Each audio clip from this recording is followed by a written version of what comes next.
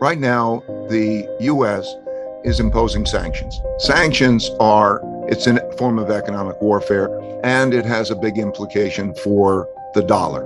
Okay, now others are trying to get out of the dollar system. There's a dollar system that now is being changed. India is dealing directly with Russia, and holders of dollar-denominated assets don't want to hold those dollar assets if they feel that they're going to be grabbed and so on. So what's happening now has happened many times before. And I learned this in my past because in 1971, I was clerking on the floor of the New York Stock Exchange, and President Nixon gets on and he says, we're not going to give you the gold that the dollar is backed by, and we had a devaluation. It took me by surprise. I walked on the floor of the stock exchange. I thought it was going to go down a lot. It went up a lot. And that's because I never experienced the currency devaluation. I found the same exact thing when I studied history. Same exact announcement took place on March 5th, 1933 by Roosevelt and had the same effect. So I understood then how history before me was important. Studying the Great Depression allowed me and Bridgewater to anticipate the 2008 financial crisis. If I didn't study that, what's happening now is very relevant. The past is a guide to what's happening now. As we are approaching a challenging of the world order, in other words, a great power challenging another, there is an increased likelihood of some kind of war. There are 5 kinds of wars. There's a trade war, a technology war, a geopolitical influence war, a capital war, which we're in the midst of, and then there's a military war. And those things drive countries to be self-sufficient and independent. And as a result, globalization diminishes and nationalism increases. It's not the stock market. Stock market, so it's, in the book, it takes you through the stock markets during war periods. And so the only thing that matters for stocks is the cash flows. And as you get into the conflict, that's a different story. If you begin to see, as it progresses, those that are affected by the individual events have an effect. For example, tech stocks. But anyway, in answer to the question, how does it affect the markets? It affects the value of money, most fundamentally. Like what we're seeing now is that the value of money, when you run very large deficits, you have to spend a lot. You have to spend a lot on social programs. You have to spend a lot on defense. You have to spend a lot on environmental programs and so on. And so when you spend a lot more money than you earn, then you have to print money to make up that difference, to make the purchases. And then that devalues money. And so it's like the examples I gave you of the 2 currency devaluations that you had before. 1971 led to the inflationary period of the 1970s. And so you have the stock market. Yes, the stock market goes up and other things, but cash is trash. And people then begin to learn that the bonds that they're holding have negative returns. And it starts to change the value of money, the value of dollars and so on. So money goes into other assets, it produces more of an inflation, and you start to enter a certain type of environment. And the environment that we're in is beginning to be very much like that of the 1970s. There's 2 ways of dealing with debt. You pay it back in hard money or you pay it back in soft money. You pay it back in hard money and you have a problem. You have a depression. So throughout history, whenever that was done, pay it back in hard money. Eventually, that was abandoned and you print money. That was what 71 was. That was what March 1933 was. And so I think that what you have to think about is the value of money. How much money does one have in debt instruments? And do you want to own that as an asset? I think they're bad assets. And then how do you diversify? And the system also has to deal with what is money? Is the dollar going to remain the same sort of reserve currency?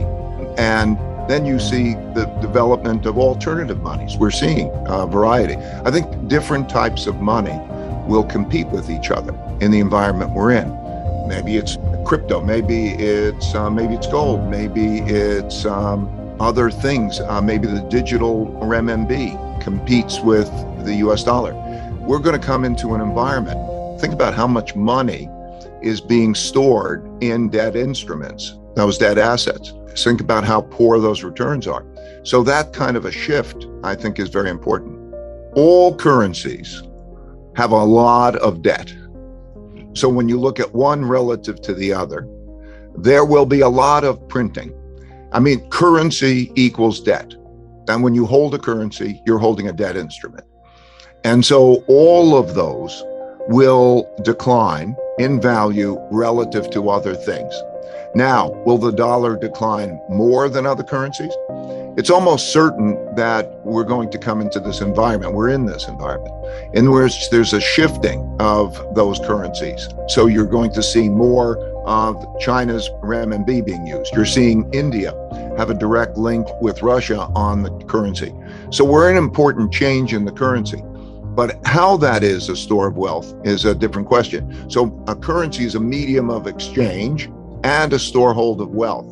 And its storehold of wealth is now a problem, particularly for the dollar, but it's also a problem for other countries. So that's why you have inflation.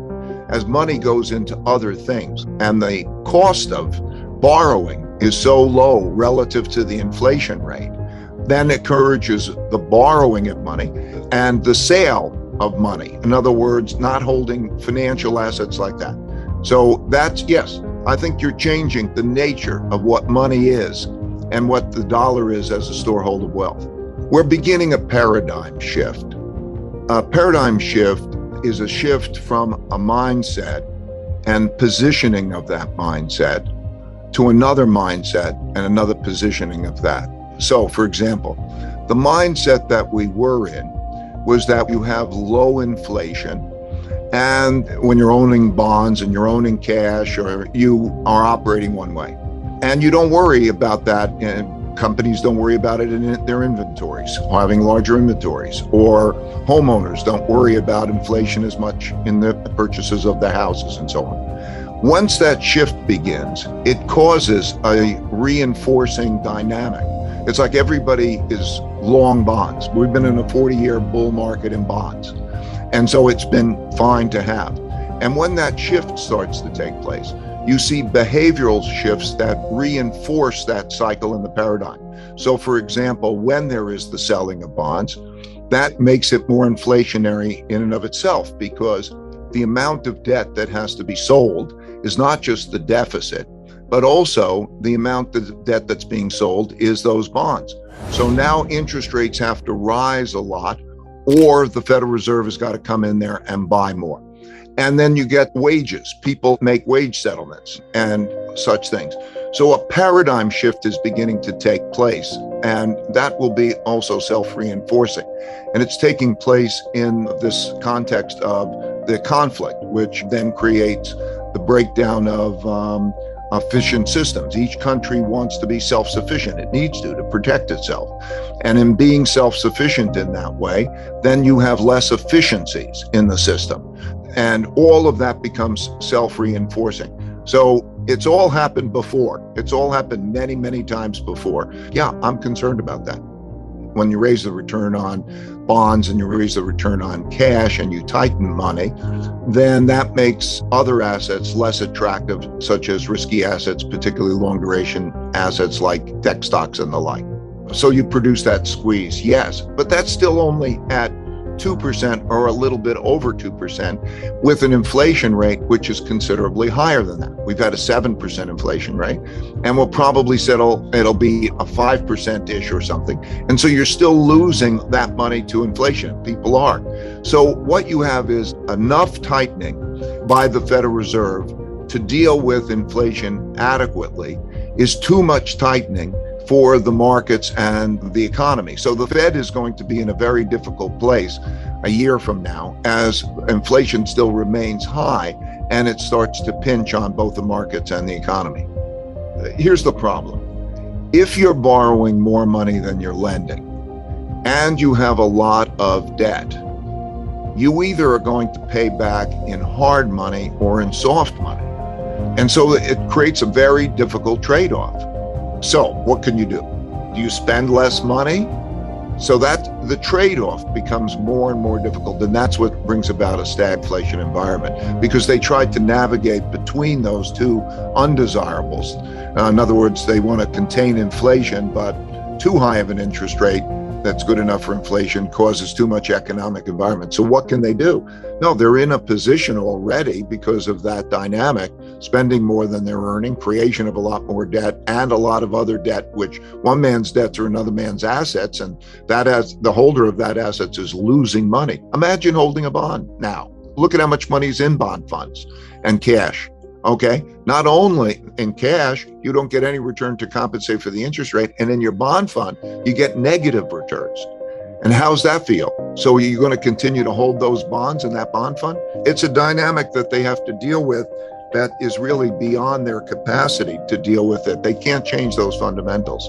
I think that most likely what we're going to have is a period of stagflation. And then you have to understand how to build a portfolio that's balanced for that kind of an environment. So every investment is an exchange of a lump sum payment for a future cash flow. And so the cost of money is a consideration relative to the return on money.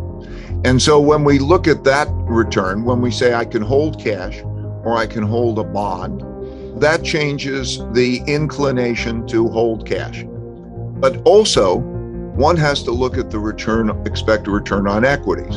In other words, one calculates the present value of future cash flows. You estimate what are those earnings going to be in the future and what are they worth today. Stocks are now having expected returns, which are not very much more than bonds, which would be not very much more than cash.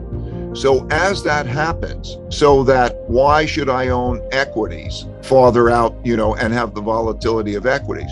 So that shift in the curve, in other words, the relationship between cash, bonds, and then the relationship between bonds and equities, and the relationship for corporations between the rates at which they borrow at and the rates at which they can earn money at, have a pervasive effect on the economy and the markets. So no, it's important to take a look at that relationship, that yield curve structured that way, but you should go beyond that and include the returns of other assets. What can you do in the way of generating returns relative to the costs of money, the relative attractiveness of those instruments? You have to have an economy in which the people believe that you have a fair system and you have to have productivity. So I would say the most important thing is the redistribution of opportunity to make people productive and to eliminate the internal conflict or to reduce the internal conflict, which can be so disruptive. When you see large wealth gaps and at the same time you see economic problems, you have a lot of internal conflict, and that internal conflict is bad economically and it's bad socially. But it's not just the wealth gap, it is the productivity level that results. And it's certainly going to be a political issue. So when we talk about markets and the economy and all of these things, we have to realize, for example, that internal conflict will have a big effect.